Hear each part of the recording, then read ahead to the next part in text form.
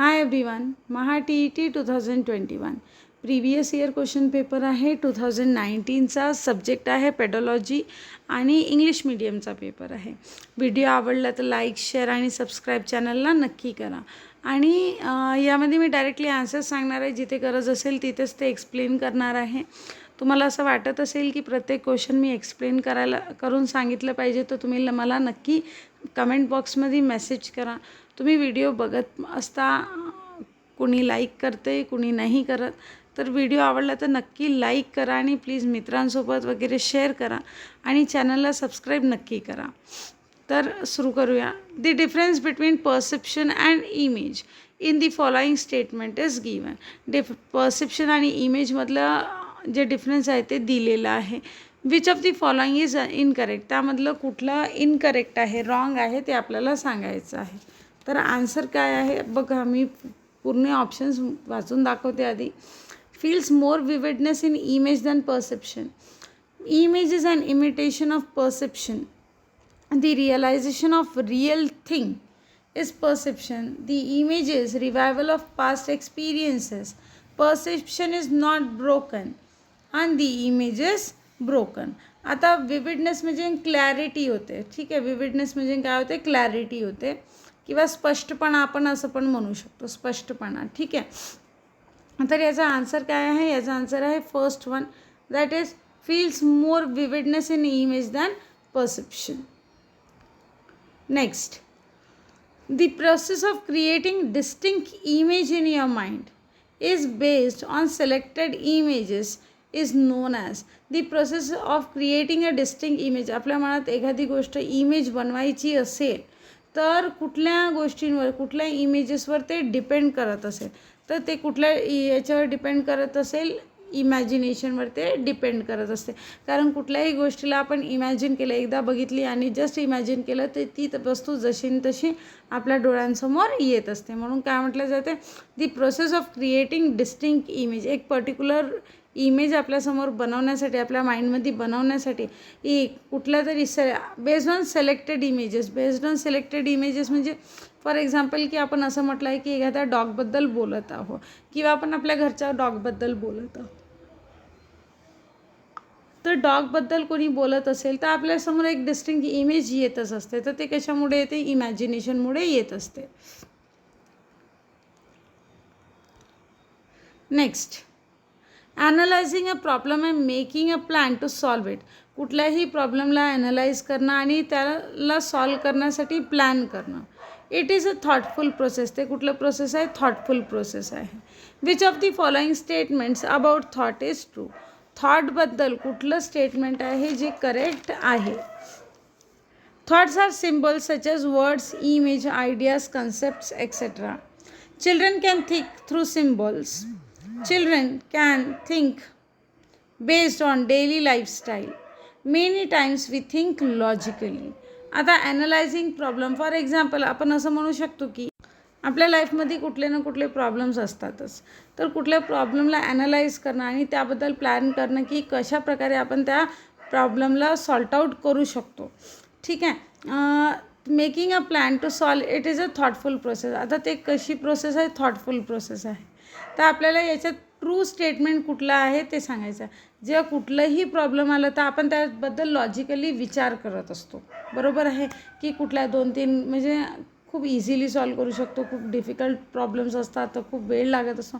तर त्या गोष्टीबद्दल आपल्याला लॉजिकली विचार करावा लागेल. Means many times we think logically to solve the problem. The genes that baby inherits are determined during pregnancy with the help of chromosomes and pigments and cannot be changed. Which of the following statement about the heredity is incorrect? Heredity बद्दल कुठलं statement wrong आहे आपल्याला ते सांगायचं आहे. तर बघा, heredity has an effect on physical features of child. Right आहे. हेरिडिटी नक्की कुठल्याही मुलांच्या फिजिकल फीचर्सवर इफेक्ट करत असते. जसं फॉर एक्झाम्पल आपण आपल्या घरचे कुठली आपली आई किंवा बाबा टॉल असेल तर त्यामध्ये आपल्याला येतच असतं की आपण पण टॉल होऊ शकते. आई शॉर्ट असेल तर कुठला ना कुठला मुलगा किंवा मुलगी शॉर्ट असेल तर हेरिडिटी फिजिकल फीचर्सवर अफेक्ट करतच असते. Heredity has an effect on skin colour. आपण आपल्या आईवडिलांसारखं दिसतो तर स्किन कलर त्यांच्यासारखाच असतो. स्किन कलर त्यांच्यासारखेच असते, केस वगैरे त्यांच्यासारखेच असते. The knowledge acquired by the parents the knowledge acquired by the parents is skilled is transmitted to the next generation. आता आपल्या पॅरेंट्सकडे जे स्किल्स असेल, टेस्ट असेल, तेच आपल्याकडे येत असते का? नाही, ते येत नाही. कारण की स्किल्स कोणी पण काय करत असते, शिकत असतात. अमॉंग दी आपण फोर्थवाला पण बघून घेऊ. Among the mental qualities intelligence is also acquired through the heredity. आता मी बघितलं असेल की मोस्टली काय होत असते, आपल्याला बघायला मिळते की एखाद्याचे आईवडील हुशार असेल तर ते हुशार असतेच, मुलं पण हुशार असतेच. तर मेंटल क्वालिटीज इंटेलिजन्स पण त्यांच्याकडे मुलांकडे हेरिडिटीमुळे येत असते. Heredity and circumstances are both the factors of personality. Heredity and circumstances both कशाचे फॅक्टर आहे? पर्सनॅलिटीचे फॅक्टर्स आहे. Development plays an important role. Development काय करते? एक इम्पॉर्टंट रोल प्ले करते. Which of the following factor depends on the heredity. यामधलं कुठलं फॅक्टर हेरिडिटीवर डिपेंड करते? तर मेंटल डेव्हलपमेंट हेरिडिटीवर डिपेंड करते का? नाही. पर्सनॅलिटी नाही. इमोशनल लाईफ नाही. तर कुठलं फॅक्टर डिपेंड करते? एज ऑफ मॅच्युरिटी डिपेंड करते. ठीक आहे. आता बघा, mental development, personality little bit म्हणू शकतो, पण age of maturity will be the right answer. Which of the following is needed to generate sensation. Sensation generate करायसाठी कुठली वस्तू, कुठलं खाली दिलेले जे पॉईंट्स आहेत ते कुठले असे आपल्याला सेन्सेशन जनरेट करायसाठी कुठले यामधले पॉईंट्स पाहिजे असेल ते आपल्याला टिक करायचे आहे. External stimulus is required. Competent sense are needed. You need to have your will. Need of nervous system. तर यामधलं कुठला आन्सर राईट आहे? दॅट इज ए, बी आणि डी. ए, बी आणि D. External stimulus is required. Next B, component sense are needed and need of nervous system. The psychologist who introduced the concept of emotional intelligence in the world in 1955. असे psychologist ज्यांनी emotional intelligence हे concept लोकांसमोर आणलं किंवा introduce केलं. कधी केलं? तर 1995मध्ये ही केलं आहे. तर ते कुठले सायकोलॉजिस्ट आहे ते आपल्याला सांगायचं आहे.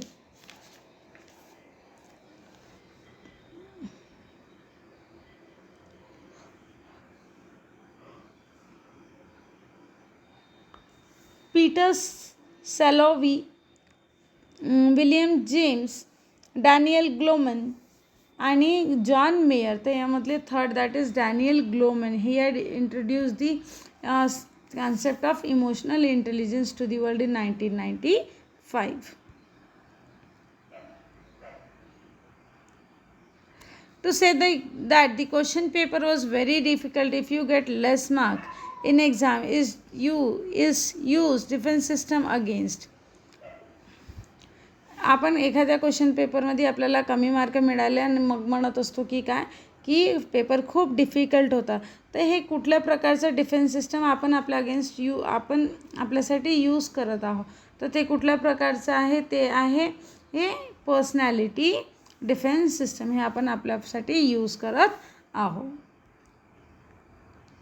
Below are some statements to reduce mental conflict. Which of the following statement is incorrect. Incorrect बघा, करेक्ट, इनकरेक्ट लक्षात ठेवा. याला अंडरलाईन. आपण एक्झामला जातो तेव्हा इनकरेक्ट, करेक्ट हे सर्वांना काय करून ठेवायचं? या सर्वांना नक्कीच टिक करून ठेवायचं की इनकरेक्ट आहे किंवा अंडरलाईन करायचं. आपण काय करत असतो घाईघाईमध्ये, हे जे आपल्याला वाटत असते की हां हे बरोबर आहे ते त्याला टिक करतो, पण कुठे कुठे इनकरेक्ट विचारला जाते तिथे आपल्याला सांगावं लागत असते. तर काय आहे की below are some statements to reduce mental conflict which of the following statements is incorrect. Incorrect statement सांगायची आहे. तर इनकरेक्ट स्टेटमेंट कुठली आहे बघा. When a conflict has arisen one should not discuss it without reason. To take any decision do not think much about conflict.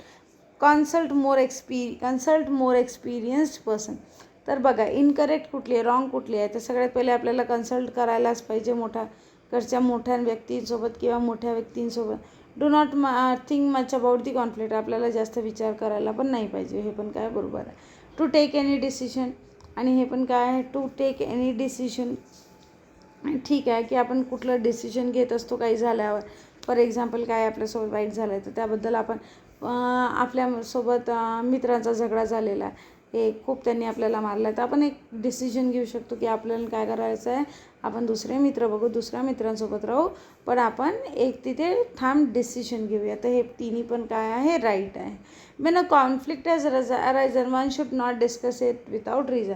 एखादा काही problem झालेला आहे तर ते कुठल्या रिझनशिवाय डिस्कस केला गेला नाही पाहिजे. हे काय आहे, इनकरेक्ट आहे. There were generalization in the study transition factors, but it is more effective to ask for effective or deliberate goal in order to transition. Which of the following psychologists present this deliberate goal oriented study? तो कोण present करत असते, तर हे कोण present करते, बगले हे रिप्रेझेंट करत असते.